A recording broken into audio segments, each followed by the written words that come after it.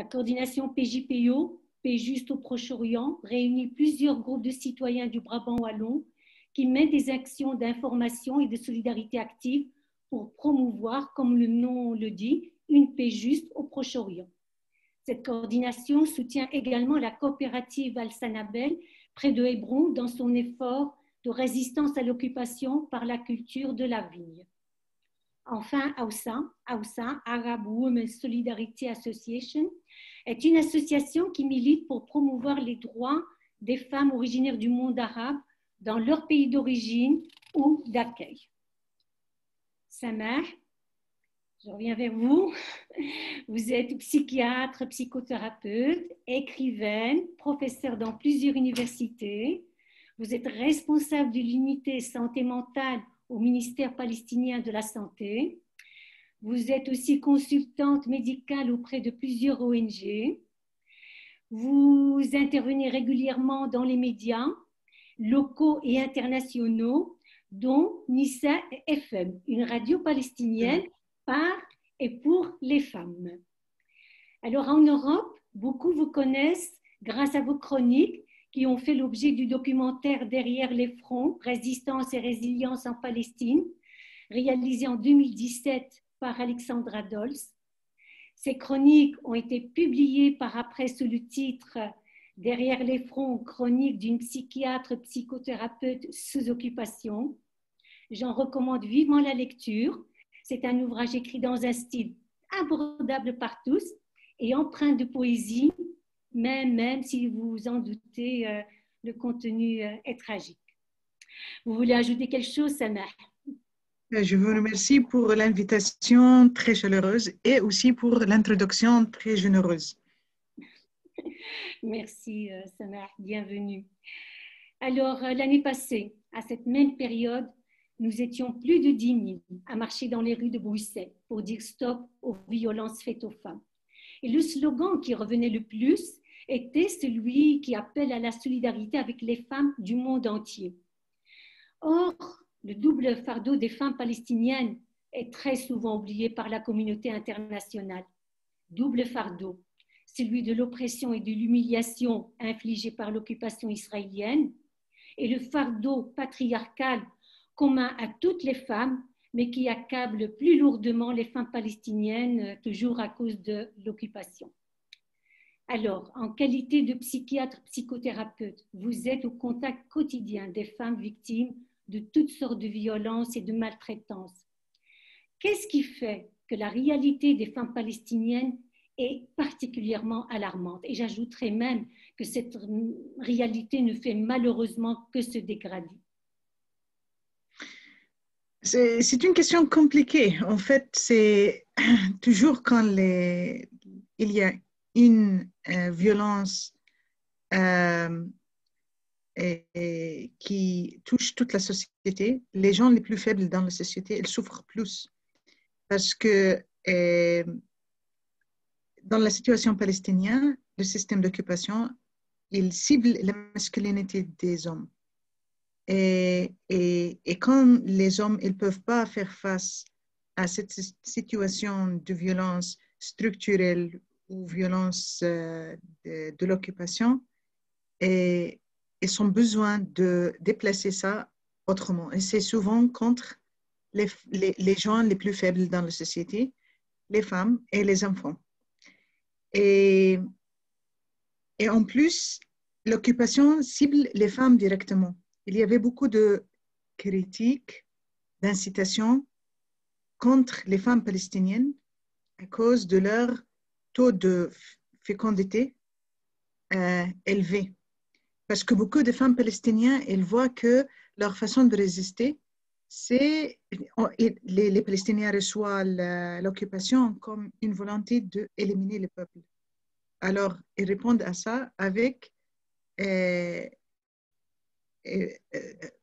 grandir plus d'enfants.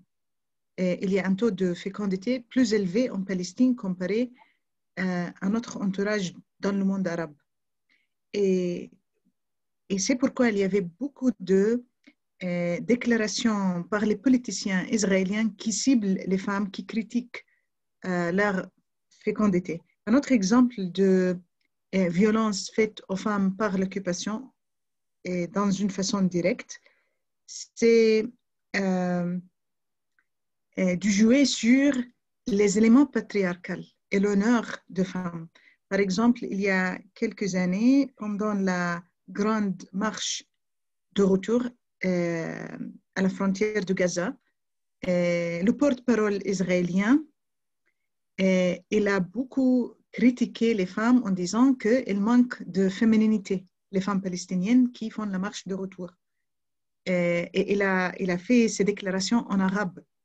Et en faisant ça, il incite les patriarcats palestiniennes contre les femmes qui participent dans les manifs.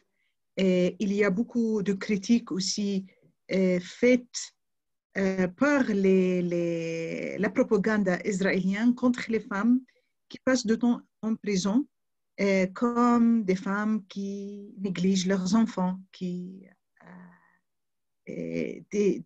femmes qui sont des cas sociaux, qui veulent seulement échapper de leur maison. Et comme ça, il diminue les statuts de femmes qui participent dans le combat contre l'occupation. Ce sont quelques exemples, mais je vais ajouter plus tard. Oui, je crois qu'elles sont multiples, les violences à l'égard des femmes. Donc, elles sont exacerbées, c'est vrai, par l'occupation, mais elles sont multiples. Vous en avez cité. Mais dans le cercle familial, comment ça se traduit, cette exacerbation dans le cercle familial, comment elle se traduit? Bien sûr, ça touche. Je pense que les mesures de l'occupation touchent tous les membres de la famille dans des façons différentes. Et les hommes, ils sont ciblés physiquement plus que les femmes. Les blessures de femmes, elles sont moins visibles, elles sont plus émotionnelles et psychologiques. Il y a 11% parmi les familles palestiniennes qui sont gérées par les femmes. Et il y a des situations de mariage, des lois sur les mariages, des gens de lieux fragmentés par les effets politiques qui empêchent la famille de se réunir. Par exemple, les femmes de Jérusalem, s'ils veulent se marier avec quelqu'un de Cisjordanie ou de Gaza, ils perdent leur droit à continuer de vivre avec les papiers jérusalemites. Ils perdent leur capacité de continuer de vivre à Jérusalem. Et tout ça, ça porte à une souffrance émotionnelle importante qui cible les femmes plus que les hommes et qui vulnérabilise la famille. Il y a beaucoup de familles à Jérusalem et les parents, les enfants, ils continuent à bouger entre Jérusalem et l'extérieur de Jérusalem parce que le père, il est de Cisjordanie et la femme de Jérusalem. Les taux de femmes non mariées en Palestine, c'est 38%. C'est un taux très élevé et c'est influencé par toute la situation politique.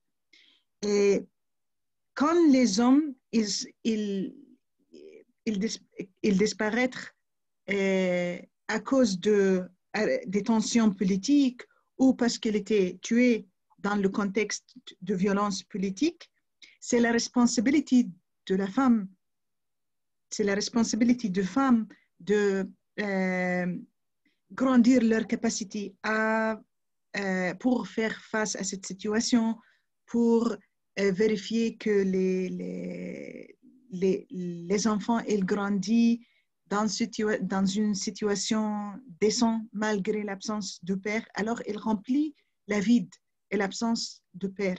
Et c'est une situation très spécifique dans la société palestinienne et pas facile pour beaucoup de femmes. Et aussi, ce sont des sacrifices qui ne sont pas nécessairement glorifiés par la société comme les sacrifices des hommes aussi. il y a un regard différent vers les sacrifices des hommes et les sacrifices des femmes, parce que les sacrifices des femmes, ils sont moins visibles. Bien, ça c'est dans le cercle familial et au niveau de euh, les, les violences de l'occupation par rapport aux femmes au niveau de la société. Bien sûr, les femmes, ils participent dans la lutte pour la libération, mais dans des façons différentes que les hommes. Et les hommes, ils participent beaucoup dans les confrontations dans les rues. Et ça explique pourquoi la plupart des prisonniers, ils sont des hommes, la plupart des gens blessés ou amputés ou tués par la violence politique, ils sont des hommes. Et les femmes, il y a une participation importante, mais différente aussi. Et comme j'ai dit avant, c'est moins reconnu et moins récompensé aussi par la société, moins glorifié, célébré par la société palestinienne. Il y a une accusation très cruelle à l'égard des mamans palestiniennes, c'est d'utiliser soi-disant leurs enfants comme boucliers humains. Et pire encore, hein, il y a une violence horrible, unique au monde, infligée aux seules mamans palestiniennes.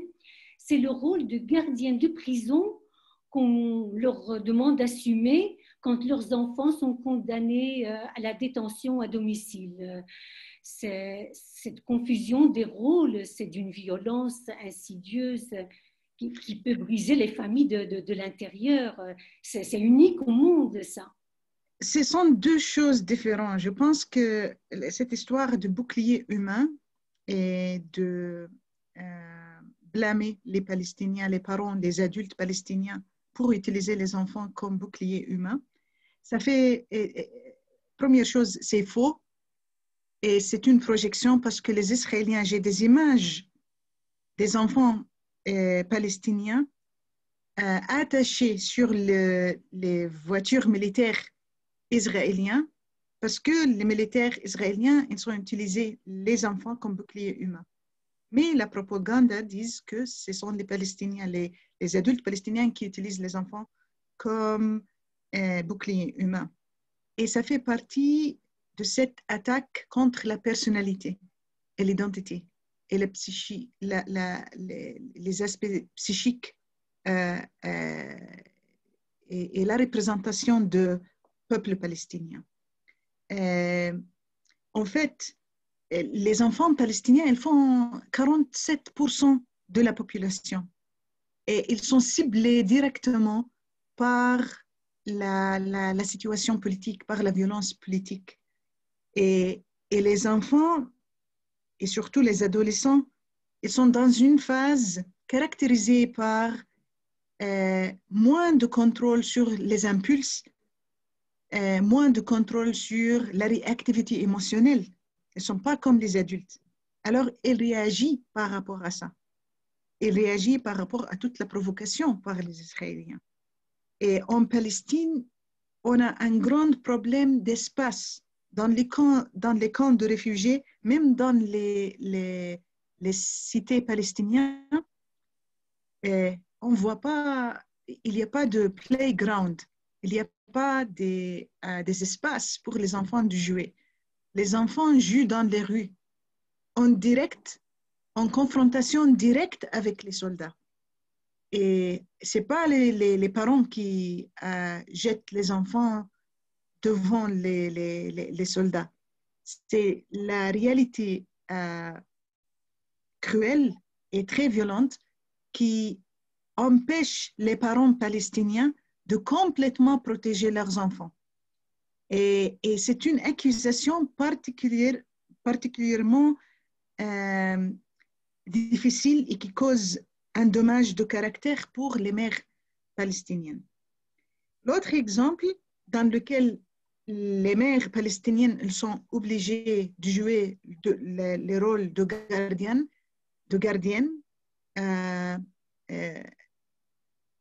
pour leurs enfants, c'est aussi une partie de cette stratégie bien réfléchie pour attaquer la structure familiale en Palestine. Et toutes les stratégies de gérer la société palestinienne, c'est de faire les Palestiniens contre eux-mêmes. Israël a créé un système de collaboration. Israël punit les gens qui montrent une solidarité vers les familles de martyrs. Israël impose une situation dans laquelle la famille de martyrs doit faire beaucoup de compromis, empêcher la solidarité visible dans les rues pour avoir la permission de retrouver le corps congelé par les Israéliens quand Israël tue un enfant. Et parmi cette structure, cette matrix bien élaborée et bien réfléchie pour contrôler le peuple palestinien, il y avait cette partie qui fait les mères gardiennes pour leurs enfants. Et ça crée beaucoup de colère dans la famille, ça abîme la relation entre la mère et le fils.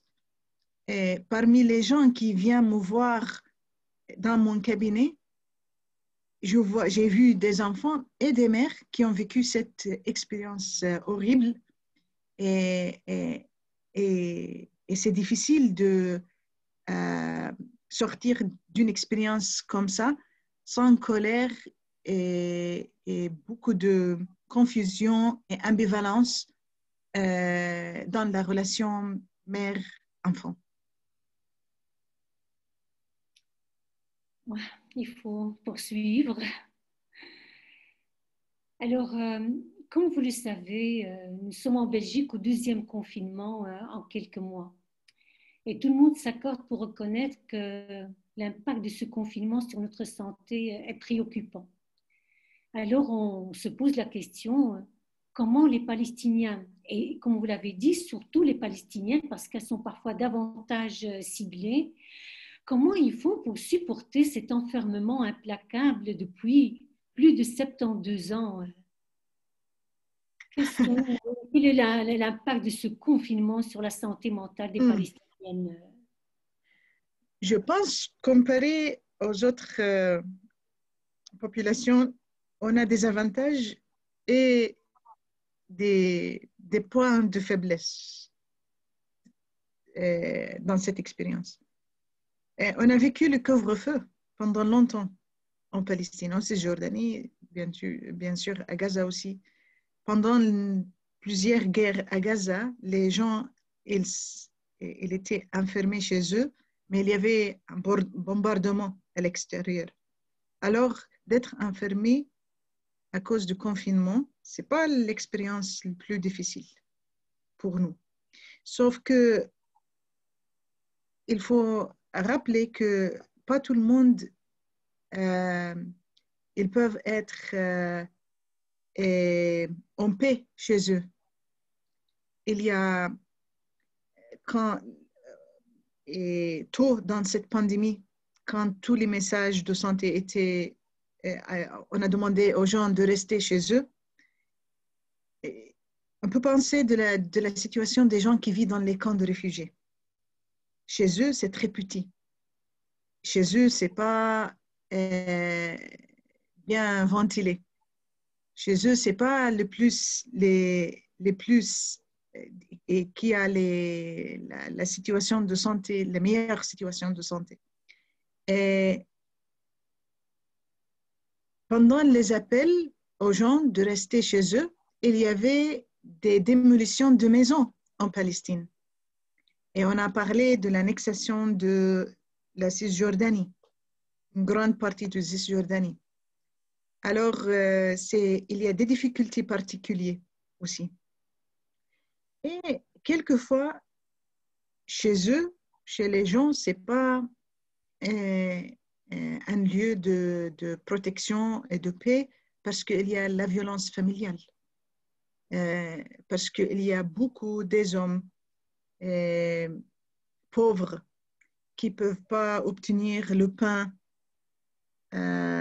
et pour la famille, frustrée, humiliée sur le checkpoint, qui apporte la violence qu'ils ne peuvent pas régler à l'extérieur chez eux.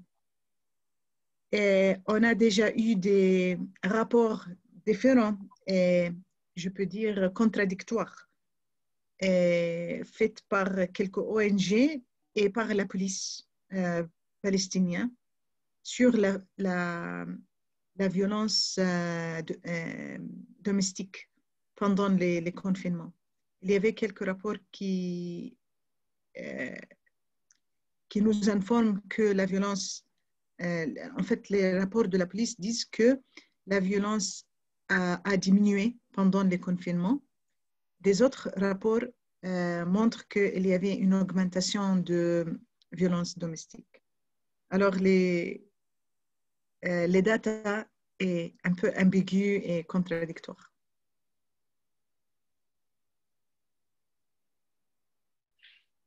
Mm-hmm.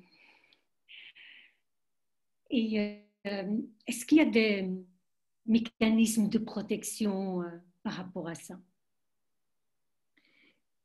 Oui, oui. Peut-être les gens n'utilisent pas tous les mécanismes de protection. Par exemple, face à la situation de violence domestique,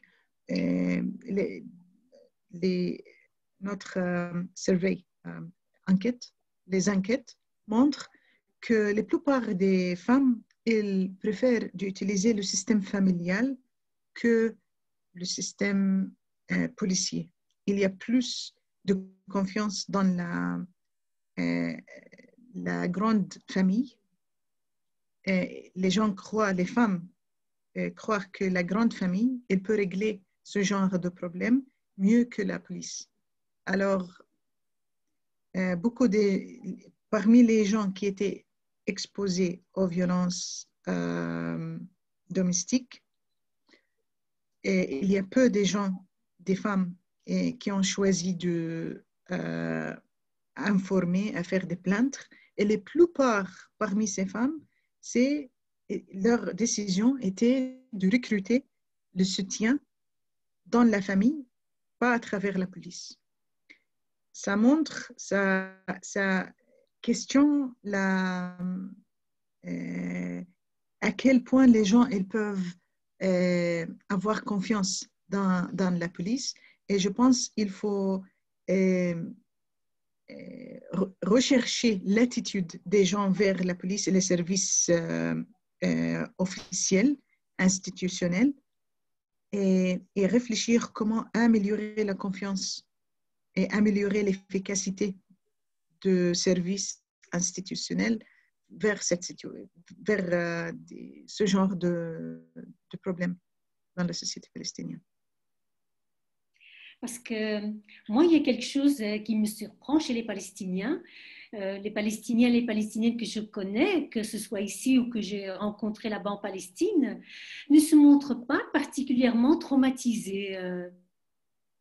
C'est surprenant. Donc, ils ne vont pas se plaindre, ils ne vont pas gémir, certainement pas. Comment est-ce qu'ils font pour ne pas manifester ces traumatismes? Okay.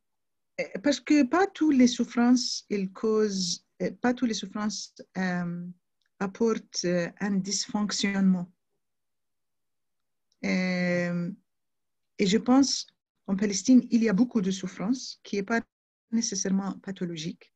Il y a aussi une normalisation de la souffrance.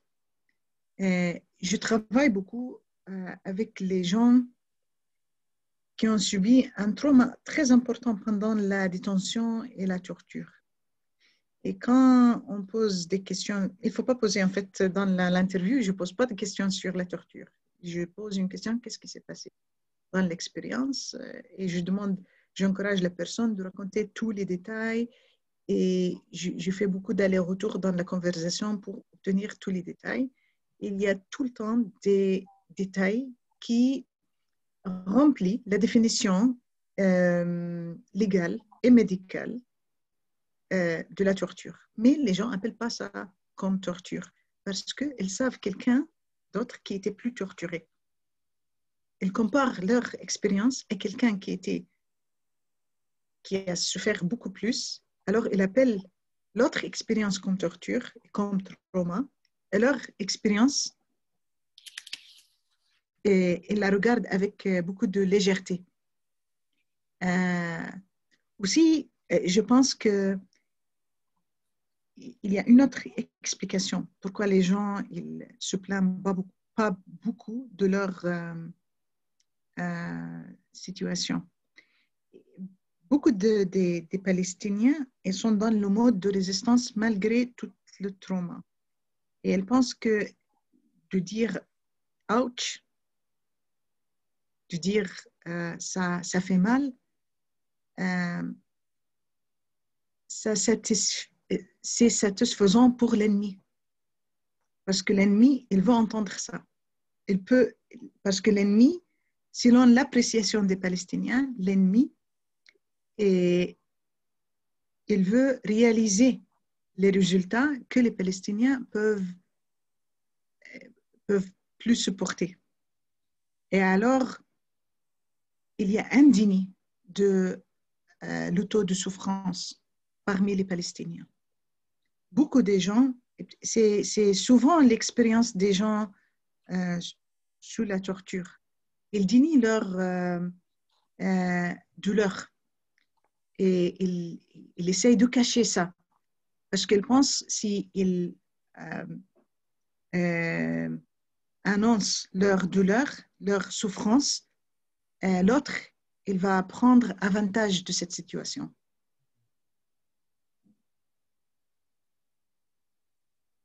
Bien.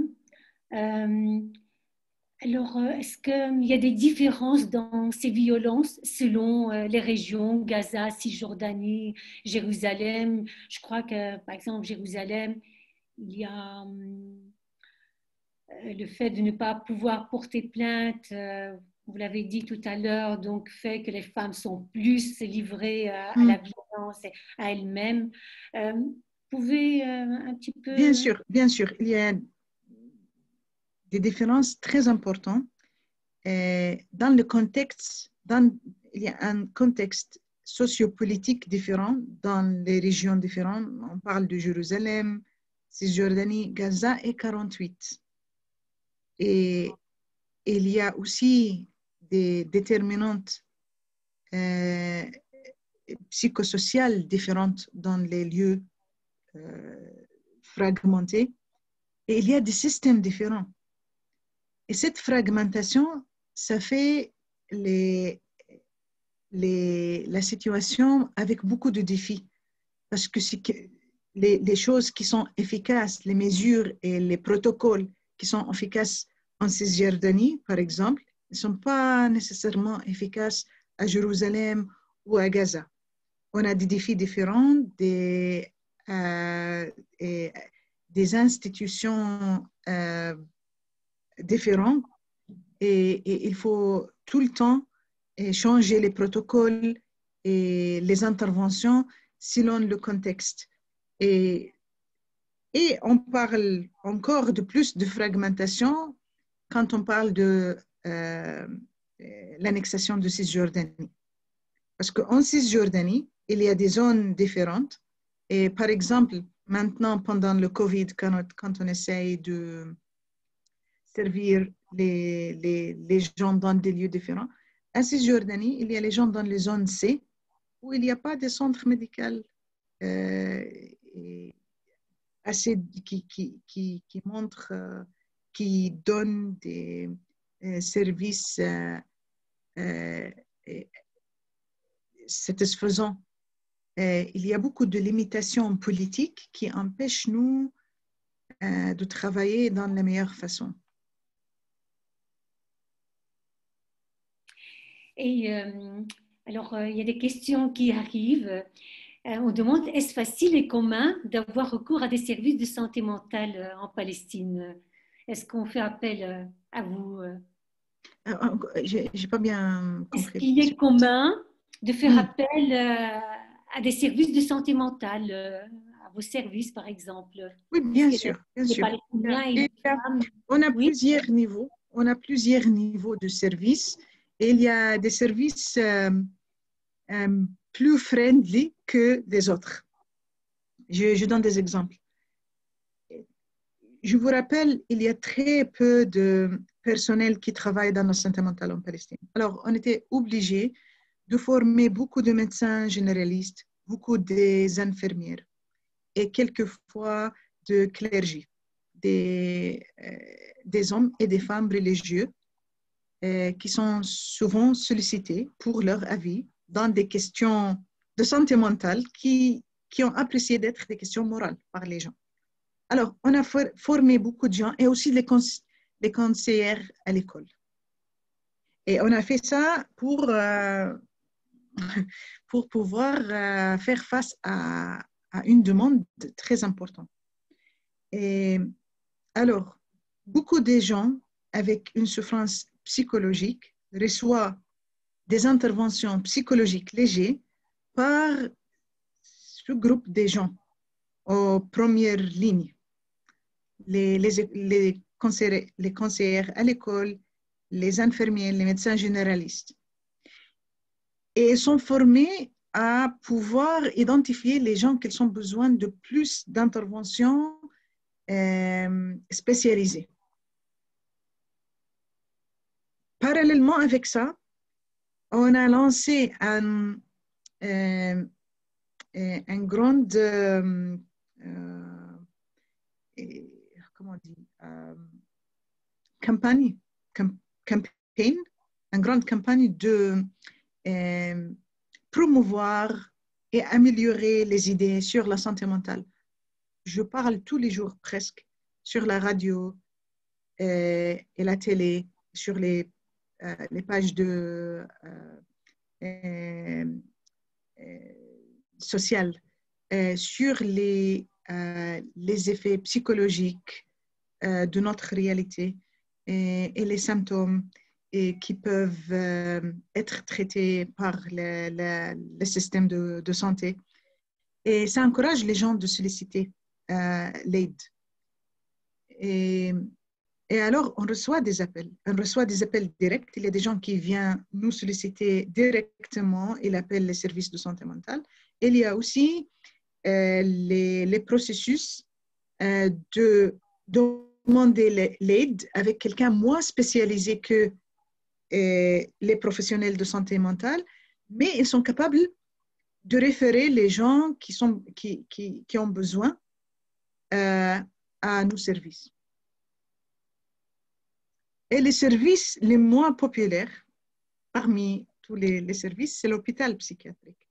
Et ce qui est intéressant, j'ai comparé les chiffres un jour entre nous, le Liban et la Jordanie.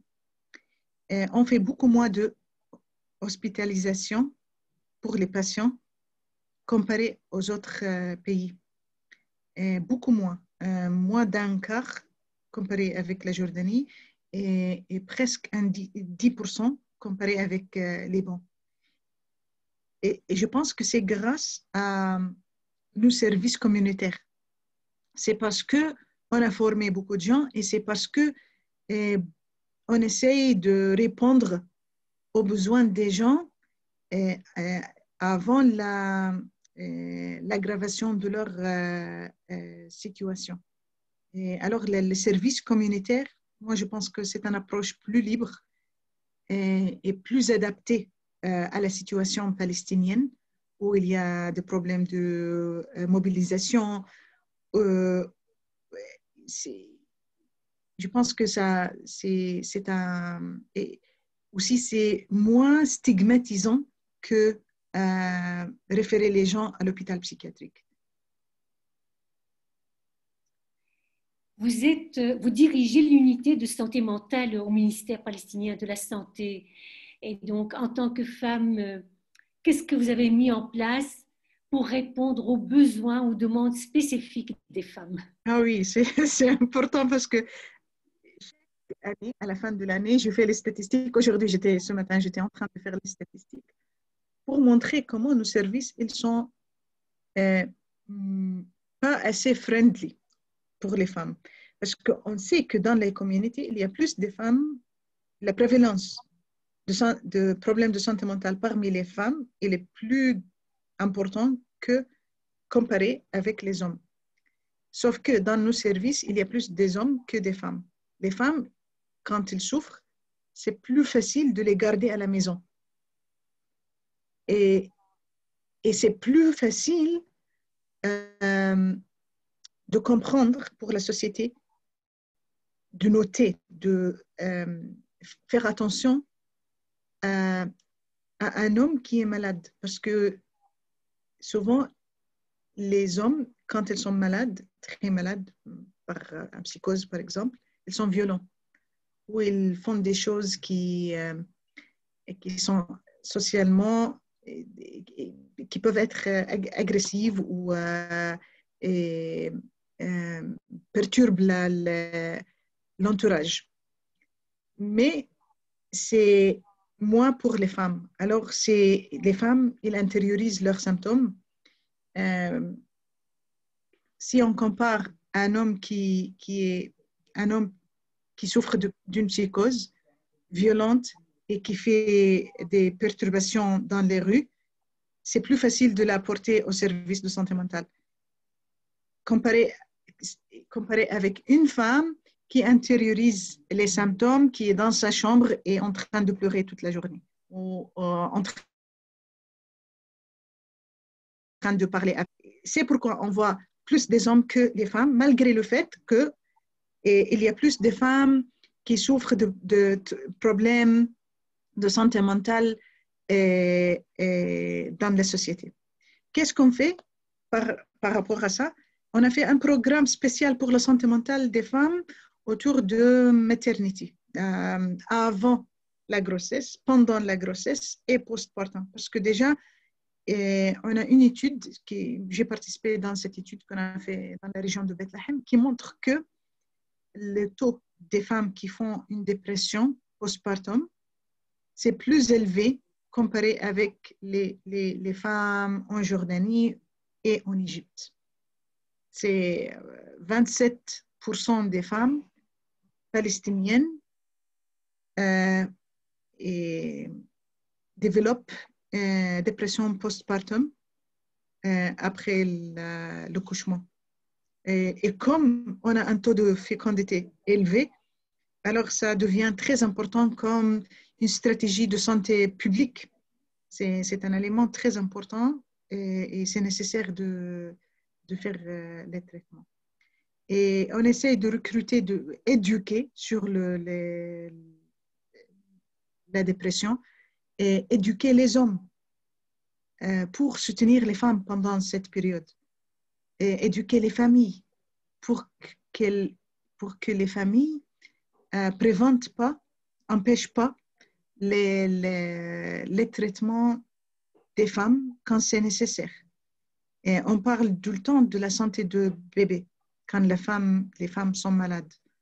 Et ça facilite et ça recrute, ça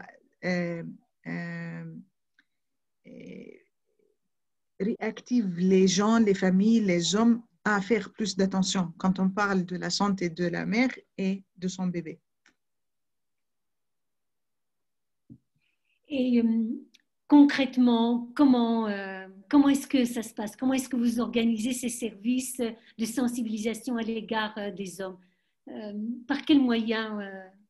C'est le média. On fait beaucoup de choses comme ça dans le média. Des programmes, des radios. Aussi, on ne loupe pas. Moi, en fait, comme chef du service de santé mentale, on ne loupe pas un seul événement tragique pour mobiliser et faire des actions. Par exemple, il n'y a pas longtemps qu'il y avait un événement très triste dans lequel une femme a tué son bébé, infanticide.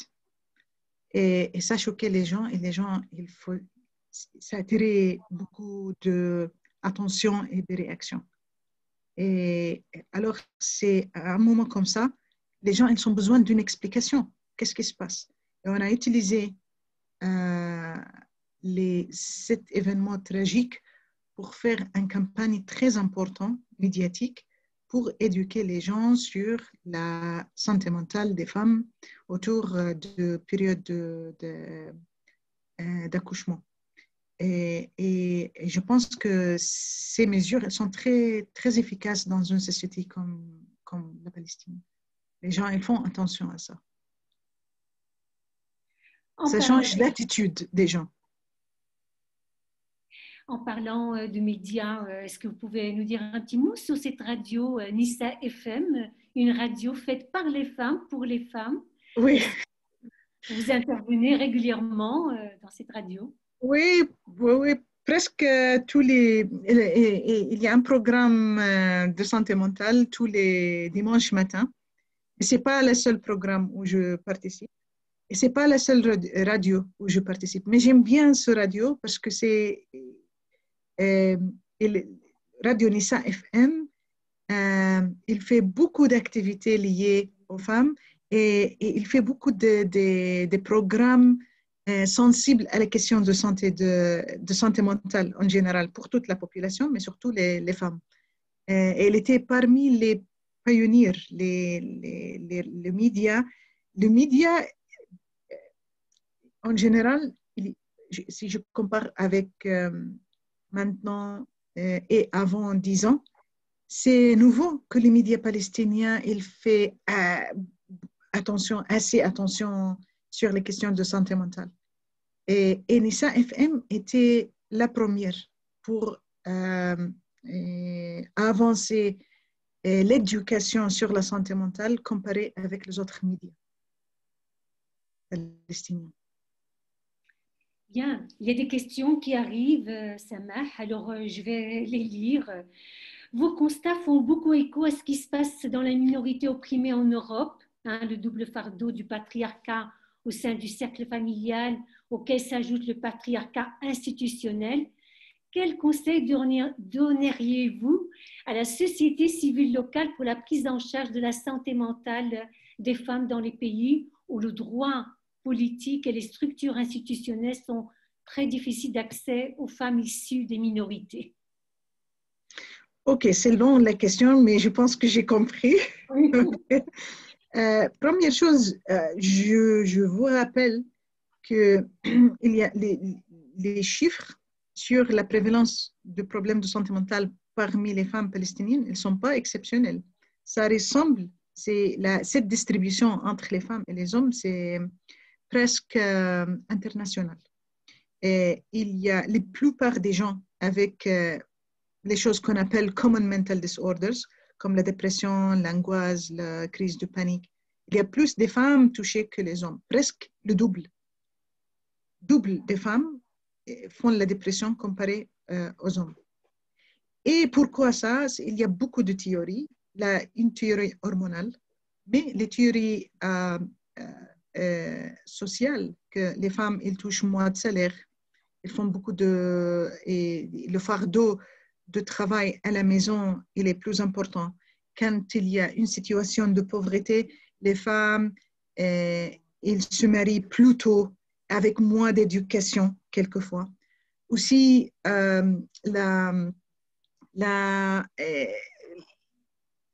des aspects psychologiques structurés. Par exemple, on attend des femmes d'être plus agréables. Alors, elles compètent moins. Il obtient moins de salaire parce que avec cette expectation et avec cette attente de la société que les femmes elles doivent être plus agréables. Alors, ça explique les dépressions et l'angoisse des femmes. Et je pense l'observation que les femmes c'est plus facile de garder à la maison une femme malade qu'un homme malade. Je pense que c'est quelque chose d'universel. Il y a une autre observations intéressantes sur la santé mentale des femmes. Et les femmes, ils font plus de, malgré le fait que les femmes, ils développent plus de dépression que comparé aux hommes, mais les hommes, ils font le suicide plus que les femmes. Le suicide total, le suicide complète. Peut-être il y a plus de femmes qui font des tentatives de suicide. Mais on comprend de ces statistiques que les femmes, elles sont mieux que les hommes à demander l'aide, à recruter, à communiquer et à demander l'aide. C'est pourquoi les femmes, elles font moins de suicide complète. Il y a plus en général, le chiffre des hommes qui meurent à cause du suicide, c'est double les femmes, malgré le fait que les femmes, le chiffre des femmes qui font la dépression, c'est le double que hommes qui font la dépression. Ce sont des observations universelles et je pense qu'il y a l'aspect spécial en Palestine qui est l'occupation et la violence politique, mais il y a beaucoup d'éléments qui sont communs. Alors, j'ai une question ici d'une femme palestinienne de Jéricho. Elle a un frère schizophrène qui refuse de prendre ses médicaments. Évidemment, la situation est catastrophique dans la famille et elle dit à qui s'adresser. Je ne sais pas, c'est très concret. Okay. C'est une question clinique, ok. Au centre médico-psychiatrique, public à Jéricho, le plus proche. Ouais. Eh bien, j'espère que c'est entendu. Ouais. Y a... Par rapport à une... Pardon? Allez-y. Je découvre donc les questions par rapport à une approche de santé mentale plus individuelle en Belgique. Est-ce que vous diriez que la société palestinienne est plus confortable avec l'approche communautaire groupale? Oui, je vais éviter d'être très technique dans les réponses parce que je pense que je ne suis pas en train de parler avec un groupe de confrères. Alors, je pense qu'il y a des éléments en Palestine qui ajoutent à la souffrance qu'on ne peut pas régler dans le travail individuel. Il y a des causes individuelles pour le trauma, pour les maladies psychiatriques, mais il y a une situation générale, un trauma collectif, un contexte politique violent qui touche tout le monde. Et il faut faire la reconnaissance de cette souffrance et de l'injustice qui est faite aux femmes. Il faut éviter de médicaliser, de pathologiser la souffrance d'une femme qui fait face à une situation opprimante. Il faut éviter de médicaliser une femme battue, une femme qui a perdu un enfant à cause de la violence politique. Elle n'est pas malade, elle souffre.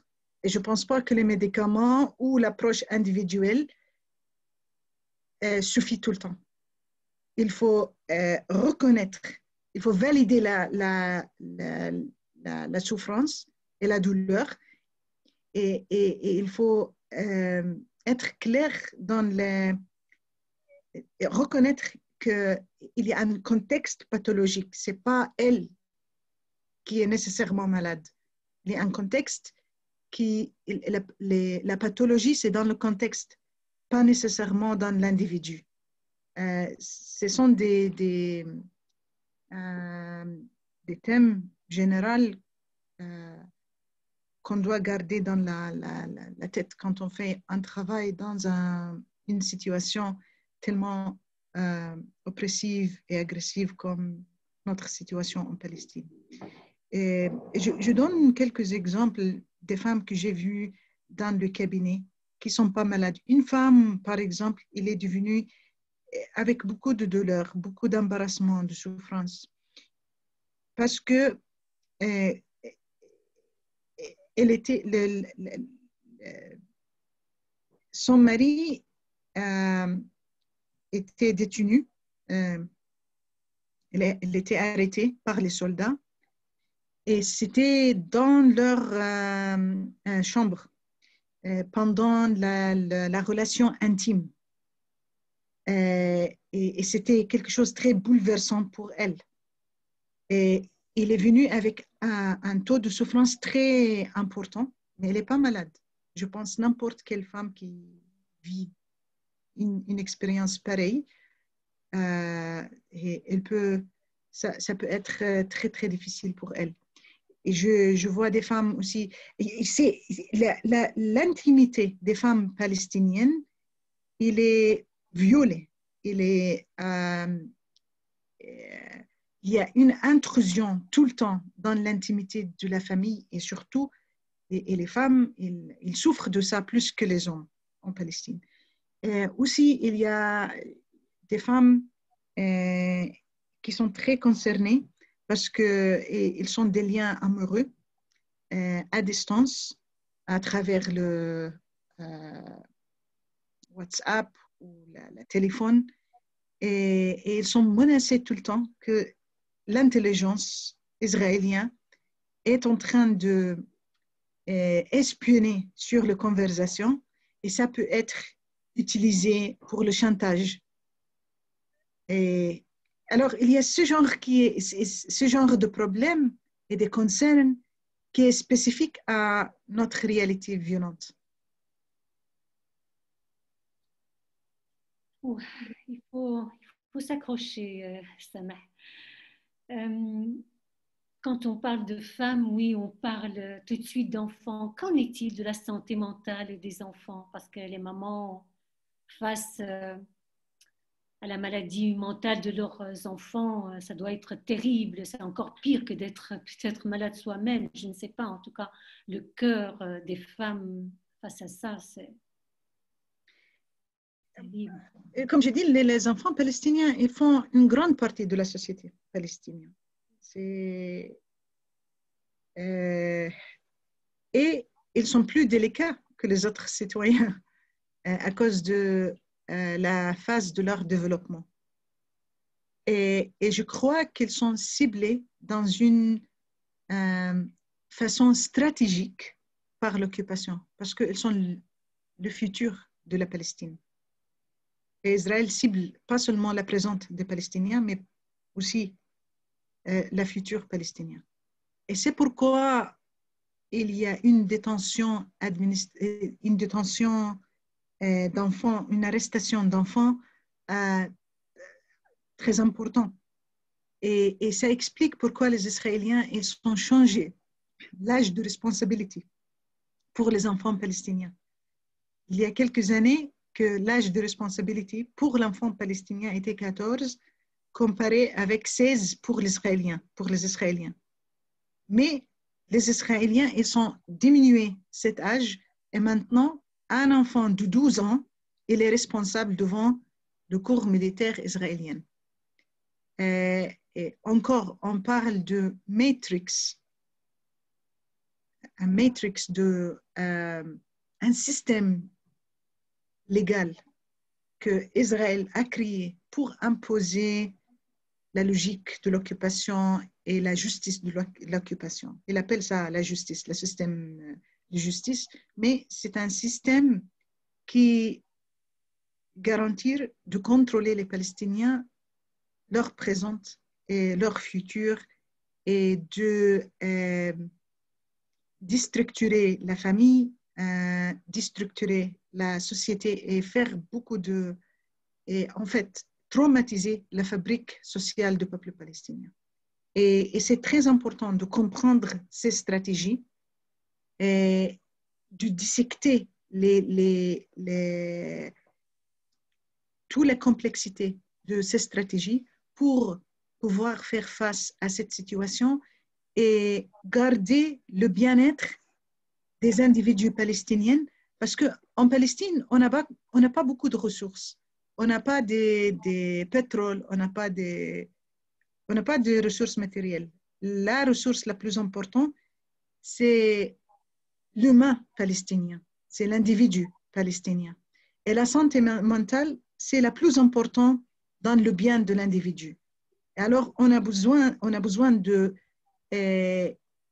comprendre bien ce matrix et tous les moyens, tous les systèmes qui font mal à l'individu pour garder le capital du peuple palestinien, et c'est l'individu. Bien. Une autre question. Est-ce qu'il y a des plateformes où trouver les rapports sur les violences domestiques? Il y a le Palestinian Bureau of Statistics, le Palestinian Central Bureau of Statistics. Et chaque année, il publie des datas intéressantes sur beaucoup des choses importantes liées à la santé en Palestine et aussi sur la question de violence domestique. Alors, Samah, on va aborder un volet positif. Les femmes palestiniennes sont une source d'inspiration pour nous. Avec tout ce que vous venez de raconter. Pourquoi? Parce que visiblement, l'occupation ne fait que les déterminer dans leur lutte, dans leur combat. Elles sont sur tous les fronts. À l'université, elles représentent, je crois, les 2/3 des étudiants. Elles sont le pilier de la famille, du tissu associatif. Certaines sont même devenues des figures emblématiques de la résistance palestinienne. Alors, dans cette lutte, sans interruption, elles se renouvellent, elles se réinventent. Par exemple, le dernier mouvement Talat, qui est tout récent. Et ça, c'est partout en Palestine, hein, à Gaza, en Cisjordanie ou dans les camps de réfugiés. Ouais. D'où vous viennent, là je m'adresse à la militante des droits des femmes, d'où vous viennent cette énergie, cette détermination? Je suis d'accord qu'il y a des capacités intéressantes chez les femmes palestiniennes et je crois aussi on peut nourrir la résilience des femmes palestiniennes.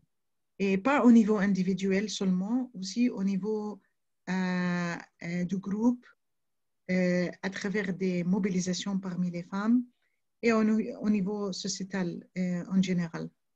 Et le mouvement Talat, il a bien articulé deux faits importants. Ils sont appuyés sur l'intersectionnalité de lutte. La lutte pour le féminisme,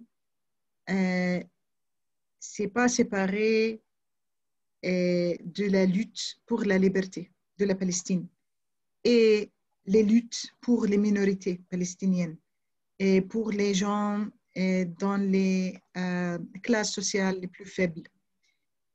L'autre chose qu'ils sont bien articulées, qu'il ne faut pas attendre pour la libération de la Palestine pour parler des femmes.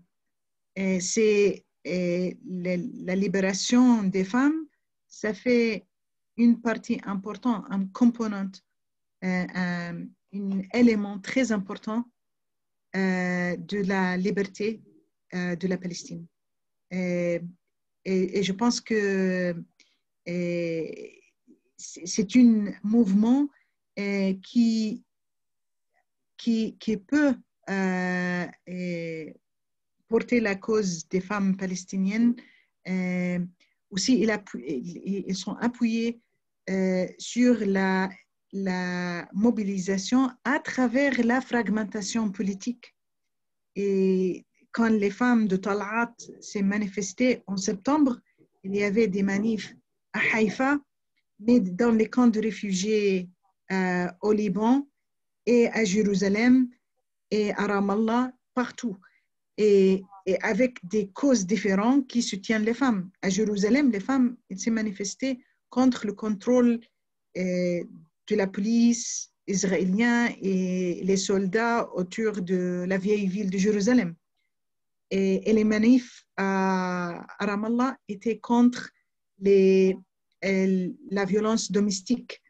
Et alors, il voit tout le spectre de violences faites aux femmes, soit militaires, soit patriarcales, soit domestiques.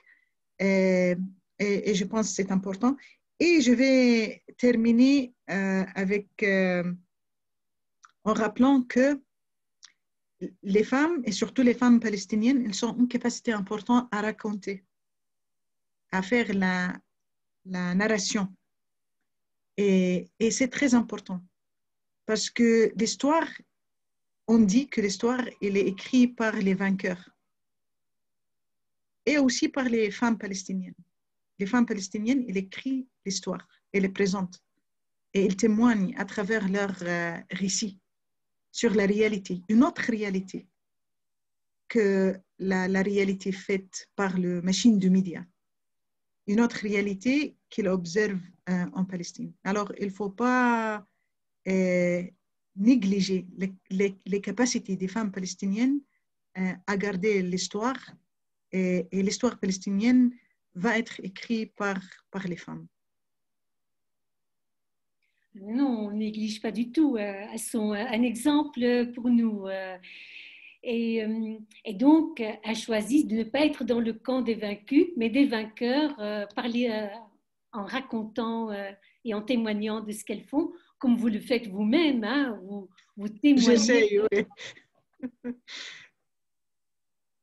Bien. Et leur slogan est très clair. C'est pas de patrie libre sans femmes libres. Donc, Ouais, je suis d'accord. Je suis tout à fait d'accord avec ce slogan.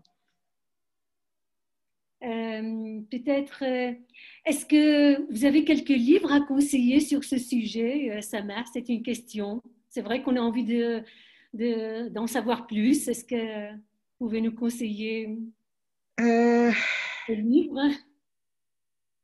On peut publier ça plus tard aussi sur le site de l'ABP éventuellement. Je peux poser quelque chose plus tard, peut-être. Alors, Charline aimerait faire un volontariat en Palestine dès que possible.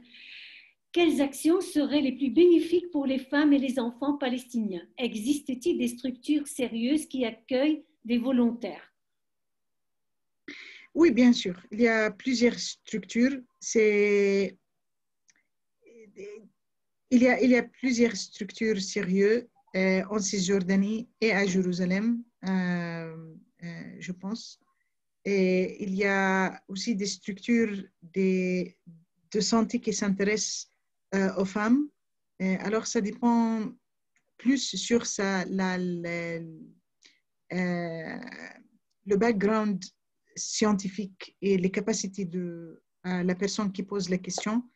Si je pense que il faut envoyer des CV pour plusieurs institutions pour trouver les meilleurs jumelages entre la personne et l'institution. Alors, il y a un appel de circonstance. Au début du mois, Hitam Safin, la féministe et présidente de l'Union des comités de femmes palestiniennes, a été arrêtée avec 6 autres défenseurs des droits humains. Elle est condamnée par une cour militaire israélienne à 6 mois de détention administrative. Donc, détention administrative, ça veut dire sans inculpation ni procès. Ce n'est pas la première fois. Et donc, les femmes palestiniennes appellent toutes les organisations de femmes à s'exprimer et protester contre la détention de Hitam et de ses camarades palestiniens. Est-ce que vous la connaissez, Samar? Non, je ne la connais pas. J'en ai entendu bien sûr, mais je ne la connais pas personnellement. Mais c'est une histoire répétitive. Il touche quelques femmes plus que les autres. Aussi, Khalida Jarrar, il a subi des traitements similaires à celle-là. Et, et, c'est l'occasion aussi pour dire que je aide l'organisation Ad-Damir parmi les associations sérieuses et crédibles dans lesquelles la personne qui a posé les questions sur le volontaire, peut-être Ad-Damir, c'est parmi les meilleures associations à Ramallah qui fait un travail important pour les femmes palestiniennes. Et j'essaie de aider l'association Ad-Damir pour organiser un programme qui soutient psychologiquement les ex-prisonniers femmes. De les aider à être réintégrés dans la société et de gérer les douleurs et la souffrance liées à l'expérience de détention. Et en quoi consiste cette aide? C'est une thérapie de groupe et quelquefois des activités ou de soutien individuel pour les gens qui ont besoin de ça. Et je pense que ce sont des programmes importants parce que la vie pour des femmes qui subissent la détention politique, quand elles sortent, il consiste de plus de défis comparés avec les hommes parce que la famille, elle veut vérifier que ces femmes, elles ne rentrent pas en prison. Alors, elle essaye de trop contrôler leur activité. Et c'est en contradiction avec leur objectif et le sens qu'ils voulaient de leur activité. Alors, on essaye de le soutenir pour les bien garder psychologiquement et de les aider pour être bien intégrés dans la famille et dans la société palestinienne. Et aussi, bientôt, on va commencer un projet dans lequel les ex-prisonniers peuvent aider des autres femmes ex-prisonniers. Ils ne doivent pas recevoir l'aide et le soutien à travers des spécialisés tout le temps, mais ils peuvent aider eux-mêmes. On essaye de les aider de créer un programme qui facilite le soutien parmi eux.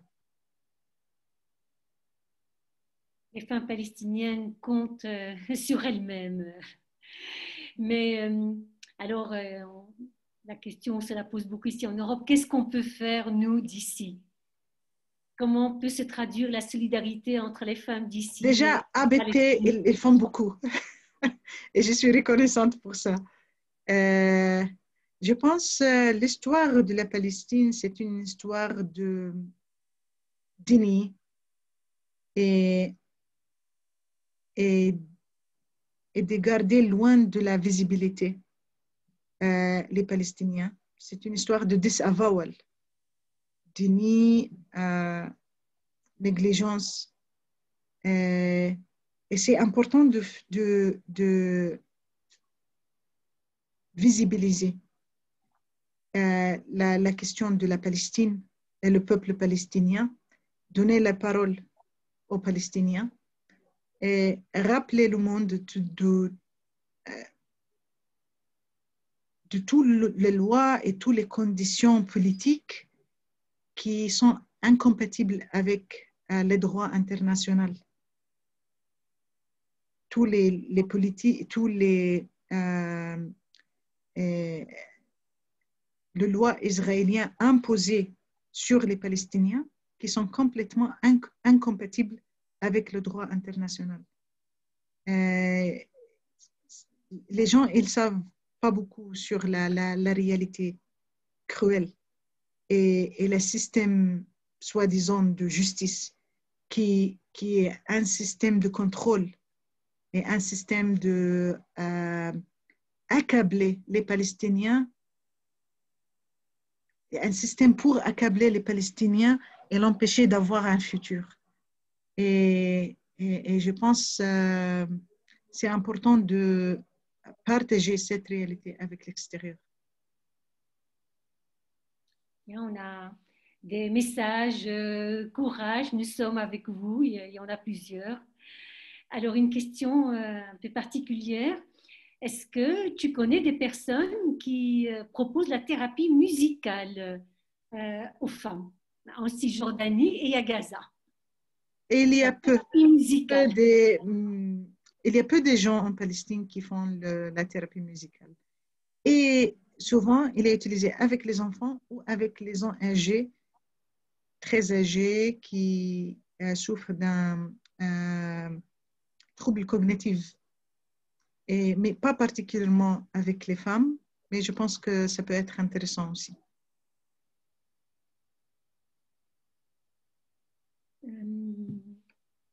Qu'est-ce que... Il y a encore plein de questions. Il y a une question qui est revenue. Le fait d'avoir beaucoup d'enfants pour les femmes palestiniennes, est-ce que c'est un choix pour lutter contre l'occupation ou bien c'est un manque de moyens de contraception? Non, ce n'est pas un manque de moyens de contraception. Je pense que c'est un choix pour beaucoup de femmes.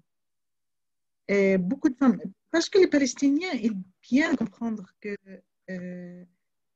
il y a un problème,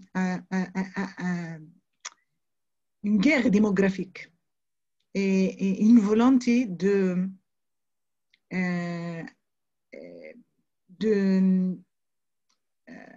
nettoyage ethnique contre les Palestiniens. Et il répond à ça parce que on n'a pas beaucoup d'outils pour les Palestiniens. Les Palestiniens, ils ne sont pas des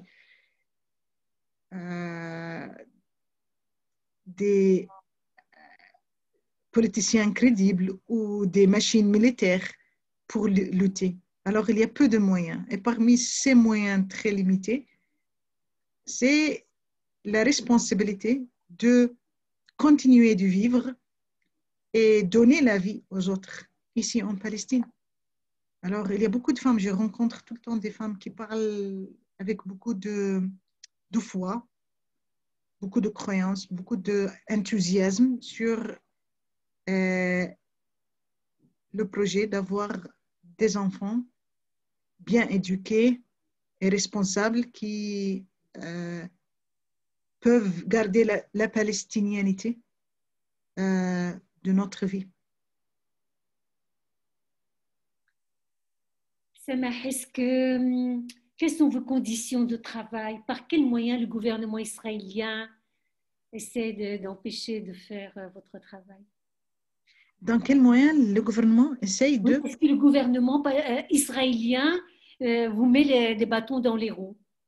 Est-ce qu'il essaie de vous empêcher de travailler comme... Pas moi personnellement, mais en général, bien sûr, elle essaye de imposer le dysfonctionnement sur les Palestiniens, pas seulement dans le système de santé mentale, mais aussi dans l'éducation. Par exemple, à Jérusalem, ils sont fermés beaucoup d'écoles gérées par le système palestinien. Ils ont empêché les systèmes médicaux palestiniens de servir les gens de Jérusalem pendant le Covid. Et empêcher aussi quelques activités volontaires qui étaient faites par des Palestiniens. Et il y a beaucoup de régions dans la Cisjordanie, zone C, qu'on peut pas, où on ne peut pas faire les services à cause de l'empêchement, c'est politique. Gaza et Israël a empêché beaucoup de matériel essentiel pour la santé, pour l'industrie et d'entrer à Gaza. Et chaque fois, les Gazaouis réussissent à recruter du soutien international. Israël il se le raconte comme un charité, comme faire beaucoup de bien pour les Gazaouis. Sauf que la loi internationale, Geneva Convention, déclare très clairement que c'est la santé, c'est la responsabilité de l'occupant. Alors, quand Israël permet l'aide du Qatar ou l'aide de la Turquie d'arriver à Gaza, Israël, il n'est pas en train de faire une charité. Il n'est pas en train de faire du bien. Et c'est le moindre de responsabilité pour un État qui occupe et contrôle les frontières de Gaza et de Cisjordanie. Est-ce qu'il y a des sites de sensibilisation? On a parlé de livres, mais est-ce qu'il y a des sites qui soutiennent les femmes palestiniennes?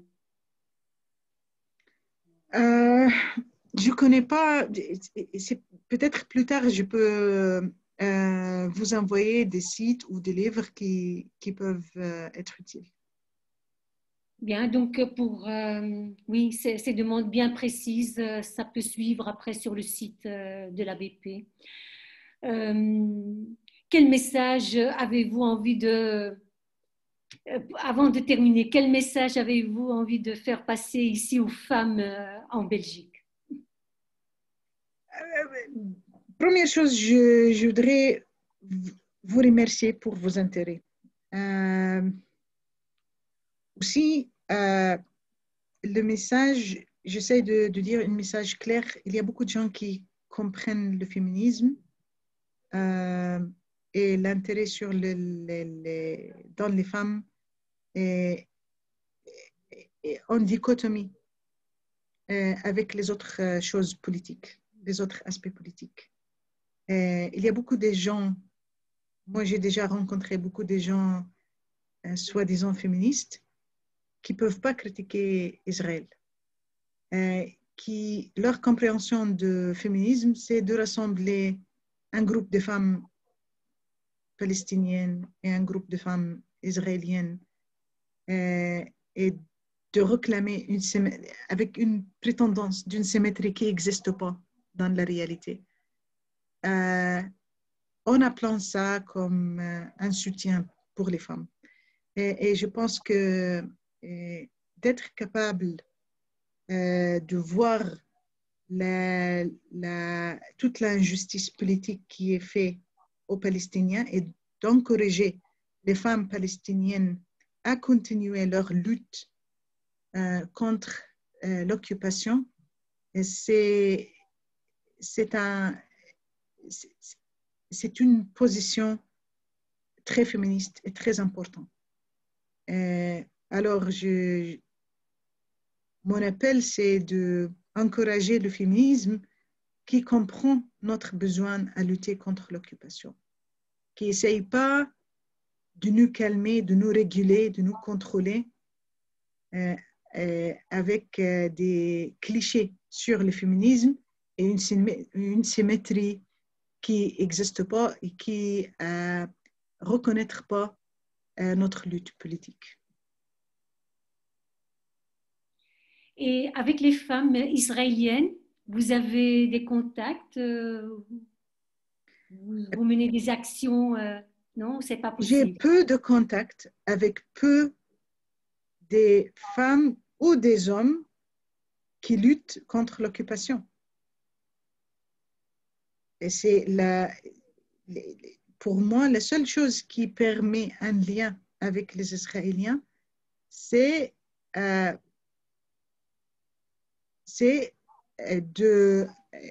pour réaliser la priorité la plus importante pour nous, les Palestiniens, et c'est de lutter contre l'occupation. C'est plus prioritaire de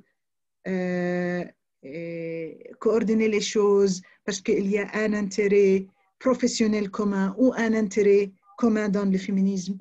L'objectif le plus prioritaire, c'est de lutter contre l'occupation. Et puis, on cherche des autres facteurs communs, ça soit intéressant. Mais de créer un lien à travers le féminisme ou à travers la profession. Et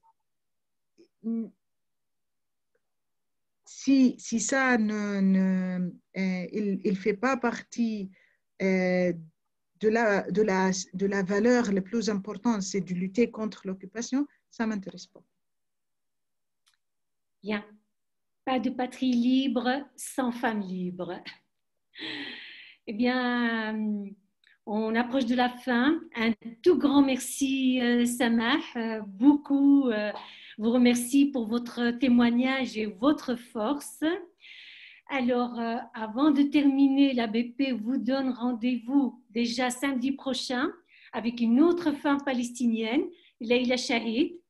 Leila Shahid qui s'entretiendra avec Leila Shahid, je rappelle, ex-ambassadrice donc, auprès de la Belgique et de l'Europe. Leila Shahid s'entretiendra avec Sylvain Sipel, le journaliste et auteur du livre L'État d'Israël contre les Juifs. Cet entretien portera sur l'apartheid israélien et bien sûr sera l'occasion de revenir sur l'actualité, surtout depuis les dernières élections aux États-Unis. Voilà, un tout grand merci et on espère à bientôt, Samah, en vrai ou en Palestine. Oui, oui, Alors, ça nous manque toutes les visites de groupes de solidarité. Alors, j'espère bientôt. On rêve d'organiser une mission femmes en Palestine, donc voilà, j'espère le plus tôt possible. C'est avec plaisir. Ok, merci beaucoup.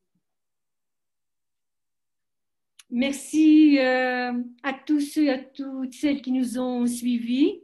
Merci à Nadia et à Ben, les invisibles qui ont géré la technique. Et à bientôt. Au revoir.